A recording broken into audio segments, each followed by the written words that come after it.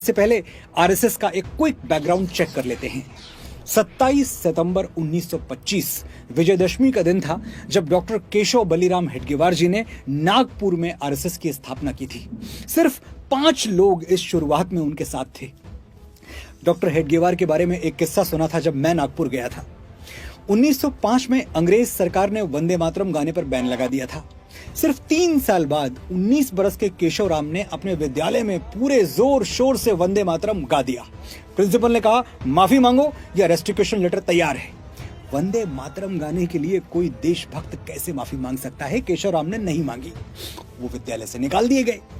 इस घटना के 16 वर्ष बाद उन्होंने संघ की स्थापना की, जहां आज भी राष्ट्र प्रेम के लिए माफी नहीं मांगी जाती। 55,000 शाखाओं वाला संघ आज भारत ही नहीं दुनिया की सबसे बड़ी वॉलंटरी ऑर्गेनाइजेशन है। आप इसे एनजीओ भी कह सकते हैं। आरएसएस का फुटप्रिंट आज दुनिया के 80 से ज्यादा देशों में है और करोड़ों लोग इसके सदस्य हैं। मैं फिर से याद दिला दूं, डॉक्टर हेडगेवार ने सिर्फ 5 लोगों के साथ संघ का शुभारंभ किया था। अगले साल 2025 में संघ अपने 100 साल पूरे कर लेगा। बड़े ड्रामेटिक रहे ये 100 साल, हजारों आरोपों से भरे और घिरे हुए। कभी संघ को कम्युनल कहा गया, तो कभी तिरंगे और संविधान का अपमान करने वाला एक राइट विंग ऑर्गेनाइजेशन बताया गया। कुछ लोग संघ को मुस्लिम विरोधी मानते हैं, तो कुछ भारत विरोधी। कितना सच है इन आरोपों में? आइए एक एक करके समझते हैं। अगस्त 1947 अंग्रेज भारत छोड़कर जा चुके थे, लेकिन दादरा नगर हवेली और गोवा अब भी पुर्तगालियों के कब्जे में थे। जुलाई 1954 में दादरा नगर हवेली को पुर्तगालियों से आजादी मिली, आरएसएस के सहयोग से। हिस्ट्री बुक्स चेक कर लीजिएगा। 2 अगस्त 1954 को संघ के स्वयंसेवकों ने सिलवासा में पुर्तगाली झंडे को उतारकर तिरंगा फहराया और दादरा नगर हवेली को भारत सरकार के हवाले कर दिया। आपने एकदम सही सुना, संघ ने सिलवासा में भगवा झंडा नहीं तिरंगा फहराया था और देश के संविधान का आदर करते हुए, उसका पालन करते हुए दादरा और नगर हवेली भारत सरकार को सौंप दिया था। अब बारी थी गोवा की। नेहरू सरकार ने गोवा की आजादी के लिए मिलिट्री ऑपरेशन करने से इनकार कर दिया था। आरएसएस की फिलॉसफी एकदम क्लियर थी, जब तक भारत की धरती पर कोई भी विदेशी रूल कर रहा है, हमारी आजादी खंडित है, इनकम्प्लीट है, अधूरी है। और इसीलिए 1961 में जगन्नाथ राव जोशी की लीडरशिप में हजारों स्वयंसेवक गोवा पहुंच गए। इधर स्वयंसेवकों ने आंदोलन शुरू किया, उधर पुर्तगाली सरकार ने गिरफ्तारियां शुरू कर दी। जगन्नाथ राव जोशी सहित सैकड़ों संघ कार्यकर्ताओं को 10-10 साल की सजा सुनाई गई। सरकार जितने स्वयंसेवकों को जेल भेजती, उससे ज्यादा अगले दिन आंदोलन में शामिल हो जाते। सिचुएशन कॉम्प्लिकेटेड से क्रिटिकल की ओर बढ़ती जा रही थी। ऐसे में भारत सरकार ने गोवा में सैन्य कार्रवाई की और आरएसएस के सहयोग से 1961 में गोवा को पुर्तगालियों से आजाद करवा लिया गया। अगर आरएसएस ने पहल नहीं की होती, तो शायद आज गोवा या दादरा और नगर हवेली जाने के लिए हम वीजा लगवा रहे होते। संघ को अपने हिंदुत्व पर, अपनी सनातन संस्कृति पर गर्व है। ये लेबल उन्होंने कभी छुपाया नहीं, लेकिन ऐसा भी नहीं है कि ये लेबल संघ अपने माथे पर चिपका के घूमता है। गर्व से खुद को हिंदू कहने का अर्थ इस्लाम या किसी और रिलीजन, कम्युनिटी या एथनिसिटी को छोटा बताना या उसका विरोध करना कैसे हो गया? हम जिस देश, वंश, धर्म में जन्म लेते हैं, उस पर गौरव होना नेचुरल है। एक छोटे से एग्जाम्पल से समझते हैं। मैं दुनिया में सबसे ज्यादा इज्जत अपने माता पिता की करता हूं, लेकिन इसका यह मतलब तो नहीं कि मैं आपके माता पिता को छोटा समझता हूं या उनके विरुद्ध हूं। मेरे मन में सबके लिए बराबर सम्मान है, लेकिन पांव छूने की बारी आई तो सबसे पहले मैं अपने माता पिता के पांव छूने आगे बढ़ूंगा। अगर मैं अपने पेरेंट्स से ज्यादा आपके पेरेंट्स को सम्मान दूं, तो समझ लीजिए मैं लिबरल होने का ढोंग कर रहा हूं और अंदर से मैं एक चालाक और मक्कार इंसान हूं। जो अपने माता पिता की इज्जत नहीं करता, वो किसी की इज्जत नहीं कर सकता। सिमिलरली, जो अपने देश और धर्म का सम्मान नहीं करता, वो किसी के देश और धर्म का सम्मान नहीं कर सकता। संघ इस झूठे लिबरलिज्म से खुद को दूर रखता है, गर्व से खुद को हिंदू कहता है और इसीलिए अक्सर मिसअंडरस्टैंडिंग का शिकार हो जाता है। अपनी स्वार्थ सिद्धि के लिए संघ पर मुस्लिम विरोधी होने का आरोप लगाने वाले बड़ी आसानी से ये फैक्ट अनदेखा कर देते हैं कि संघ के करोड़ों कार्यकर्ताओं में एक बड़ा हिस्सा मुस्लिम स्वयंसेवकों का भी है। आरएसएस ने बार बार ये कोशिश की कि इस देश के लाखों राष्ट्रवादी मुसलमान एक मंच पर आए और इसीलिए 2002 में राष्ट्रीय मुस्लिम मंच एस्टेब्लिश किया, जो आज देश के लाखों नेशनलिस्ट मुस्लिमों को रिप्रेजेंट करता है। सरसंघ चालक आदरणीय श्री मोहन भागवत जी कई मौकों पर कह चुके हैं, मुसलमान भारत का एक अहम हिस्सा हैं और मुसलमानों के बिना भारत की कल्पना नहीं की जा सकती। जिस संस्था का चीफ ऐसा स्टेटमेंट दे उसे मुस्लिम विरोधी कहना सही है या गलत है, ये मैं आपको नहीं बताऊंगा, आप खुद समझदार हैं। इंटेलेक्चुअल्स को हमेशा ये डर सताता रहा कि आरएसएस एक दिन भारत को हिंदू राष्ट्र बनाकर ही छोड़ेगा। उनका ये डर कितना लॉजिकल है, ये जानने से पहले आपको देश, राष्ट्र और राज्य का अंतर पता होना चाहिए। Country, state and nation are not the same. देश एक भौगोलिक, एक जियोलॉजिकल एरिया है जिसकी एक सर्टेन बाउंड्री होती है। राज्य एक पॉलिटिकल एंटिटी है जिसके अपने नियम, कानून, कायदे होते हैं। लेकिन इन सब से अलग राष्ट्र एक सांस्कृतिक पहचान, एक कल्चरल आइडेंटिटी है जो देश की सीमा और संविधान से कहीं आगे है, उसके परे है। इसे ऐसे समझिए, अगर अमेरिका के कैलिफोर्निया में कोई हनुमान चालीसा पढ़ रहा है या ऑस्ट्रेलिया के सिडनी में कोई ओम जय जगदीश हरे गा रहा है, तो इसका मतलब हुआ कि भारत राष्ट्र की सीमाएं अमेरिका से ऑस्ट्रेलिया तक फैली हुई हैं। तो एक बात साफ साफ समझ लेनी चाहिए कि हिंदू राष्ट्र कोई बनाने की चीज नहीं है जो आरएसएस बनाना चाहता है। भारत हमेशा से एक हिंदू राष्ट्र था, है और हमेशा रहेगा। इससे ना किसी को डरने की जरूरत है, ना घबराने की। ये तो हुआ पहला फैक्ट। दूसरा इससे भी ज्यादा इंपॉर्टेंट है। आरएसएस के समर्थक और विरोधी दोनों मानते हैं कि संघ देश में यूनिफॉर्म सिविल कोड यानी समान नागरिक संहिता का सबसे बड़ा पक्षधर है, क्योंकि संघ के बेसिक एजेंडे में यूसीसी आज से नहीं पिछले 70 सालों से शामिल है। यूसीसी का मतलब क्या है? देश के सभी सिटीजन्स के लिए एक जैसे नियम कानून, हिंदू, मुसलमान, पारसी, ईसाई, बौद्ध, जैन, सब के लिए सेम लॉ। और ये लॉ वही है जो कॉन्स्टिट्यूशन में लिखा है।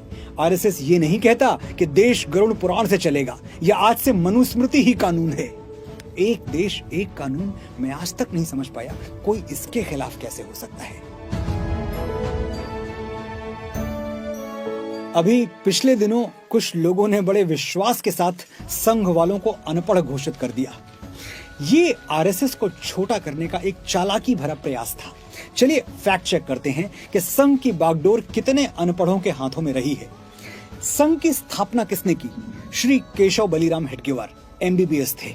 अगले सरसंघ चालक श्री लक्ष्मण वासुदेव परांजपे एमबीबीएस, फिर गुरु गोलवलकर बीएससी एमएससी एलएलबी, गुरुजी के बाद मधुकर दत्तात्रेय एलएलबी, फिर रज्जू भैया बीएससी एमएससी पीएचडी, के सुदर्शन बैचलर ऑफ इंजीनियरिंग और वर्तमान में श्री मोहन भागवत जी वेटनरी साइंस में ग्रेजुएट। अनपढ़ कौन से गोला से आए हो भाई? मैं तो प्रार्थना करूंगा कि पूरा देश ऐसे ही अनपढ़ हो जाए। वैसे आरएसएस वाले 3 विषयों में अनपढ़ हैं, ये मैं भी स्वीकार करता हूं। झुकना, दबना और डरना, इन तीनों सब्जेक्ट्स में इनके नंबर 0 हैं। बाकी राष्ट्र धर्म का पर्चा बांट दीजिए, 100 में 100 आएगा। कुछ फैक्ट्स बताता हूं, ध्यान से सुनिएगा। आजादी के बाद कश्मीर के महाराजा हरि सिंह भारत के साथ विलय को लेकर असमंजस की स्थिति में थे। इधर हमारी सरकार भी हाथ पे हाथ धरे बैठी थी। ये वो समय था जब कबायलियों के भेष में पाकिस्तानी सेना लगातार कश्मीर में घुसती जा रही थी। सरदार पटेल कितने बड़े विजनरी थे, ये आप मेरे बताने से तो जानेंगे नहीं, इट्स एन ओपन सीक्रेट। सरदार को विश्वास था कि अगर महाराजा हरि सिंह को कोई समझा सकता है तो वो हैं गुरु गोलवलकर, जो संघ के दूसरे सरसंघ चालक थे। सरदार के आग्रह पर गुरुजी खुद श्रीनगर पहुंचे, महाराजा हरि सिंह से मुलाकात की, उनको कन्विंस किया और इस तरह कश्मीर का भारत में विलय संभव हो सका। ये अलग बात है कि नेहरू जी की लिबरल सोच ने कश्मीर और कश्मीरियों को पूरी तरह भारत का हिस्सा कभी बनने ही नहीं दिया। जब तक आर्टिकल 370 का एब्रोगेशन नहीं हुआ था, कश्मीर हमारा होकर भी हमारा नहीं था। वापस लौटते हैं 1947 में। देश का विभाजन हुआ। पाकिस्तान ने जन्म लेते ही भारत पर हमले की योजना बनानी शुरू कर दी। हमारी सेना शूरवीरों से भरी हुई थी, लेकिन हमें और पहरेदारों की जरूरत पड़ी। संघ के स्वयंसेवकों के पास ना तो कोई मिलिट्री ट्रेनिंग थी, ना कॉम्बैट एक्सपीरियंस। फिर भी वो निडर होकर सीमा की पहरेदारी करते रहे और जब पाकिस्तानी सेना ने सीमा लांघने की कोशिश की तो एक एक स्वयंसेवक चट्टान की तरह खड़ा हो गया, जान दे दी, हिंदुस्तान नहीं दिया। उधर ईस्ट और वेस्ट पाकिस्तान में हिंदुओं पर भीषण अत्याचार किए जा रहे थे। बड़ी मुश्किल से कुछ हिंदू अपनी जान बचा के सीमा पार करके भारत आ पाए, लेकिन भारत सरकार के पास इतने रिसोर्सेज नहीं थे कि वो इन रिफ्यूजियों को 2 वक्त की रोटी और सर पे छत दे सके। ऐसे में एक बार फिर संघ आगे बढ़ा। आरएसएस ने 3000 से ज्यादा राहत शिविर लगाए, बंटवारे से दरबदर हिंदुओं को सर पे छत दी, थाली में रोटी दी और बीमारों की हथेली पर दवाएं रखी। ये काम सरकार के थे, लेकिन आरएसएस ने मानवता की सेवा करने के लिए कभी सरकार का इंतजार नहीं किया। 47 से आगे बढ़ते हैं 62 की ओर। इंडो चाइना वॉर, वही युद्ध जिसमें हमारे देश की वामपंथी पार्टियां विभीषण बन गई थी। भारत में रह के, भारत का खा के चाइना का सपोर्ट कर रही थी, उनको चीयर अप कर रही थी। वैसे ये आदत आज तक नहीं बदली है, लेकिन अब फर्क नहीं पड़ता। एक स्टेट तक सिमट के रह गए हैं, थोड़े दिनों में वहां भी नहीं रहेंगे। Moving on to 1962, Indo China war. थोड़ा सा रिसर्च कीजिए, आपको ऐसी कई स्टोरीज मिल जाएंगी जहां सीमा पर डटे सैनिकों की सेवा में स्वयं सेवकों ने अपनी जान लगा दी। बर्फीली चोटियों पर जहां ऑक्सीजन पहुंचना मुश्किल था, वहां खाने पीने की चीजें पहुंचाई, घायल सैनिकों का इलाज किया और वीर गति प्राप्त मां भारती के सपूतों का अंतिम संस्कार पूरे सम्मान के साथ करवाया। प्रधानमंत्री श्री जवाहरलाल नेहरू आरएसएस की इस निस्वार्थ सेवा से प्रभावित हुए बिना रह नहीं पाए। 1963 के रिपब्लिक डे सेलिब्रेशन में उन्होंने आरएसएस को पूरे सम्मान के साथ इनवाइट किया। इतिहास में पहली बार 3500 स्वयंसेवकों ने राजपथ पर कदम ताल करके पूरे देश को एकता, अखंडता और देश पहले का संदेश दिया। ऐ भारत मां, तेरी माटी तेरा आदेश पहले, दुनिया के सारे सुख पीछे हैं, मेरा देश पहले। 1965 में भारत पाकिस्तान के बीच एक और युद्ध छिड़ चुका था। देश में सैनिकों की कमी थी, इसलिए प्रधानमंत्री लाल बहादुर शास्त्री ने दिल्ली पुलिस के जवानों को सीमा पर भेजने का निर्णय लिया। इस दौरान दिल्ली का पूरा ट्रैफिक कंट्रोल स्वयं सेवकों ने संभाला था। युद्ध के दौरान कश्मीर की हवाई पट्टियों पर जमी बर्फ को हटाने में भी स्वयं सेवकों ने दिन रात पसीना बहाया था। परिणाम, शास्त्री जी के नेतृत्व में भारत एक बार फिर विजयी हुआ। 1984 प्रधानमंत्री श्रीमती इंदिरा गांधी जी की निर्मम हत्या हुई और इसके बाद पूरा भारत सिख विरोधी दंगों की आग में जलने लगा।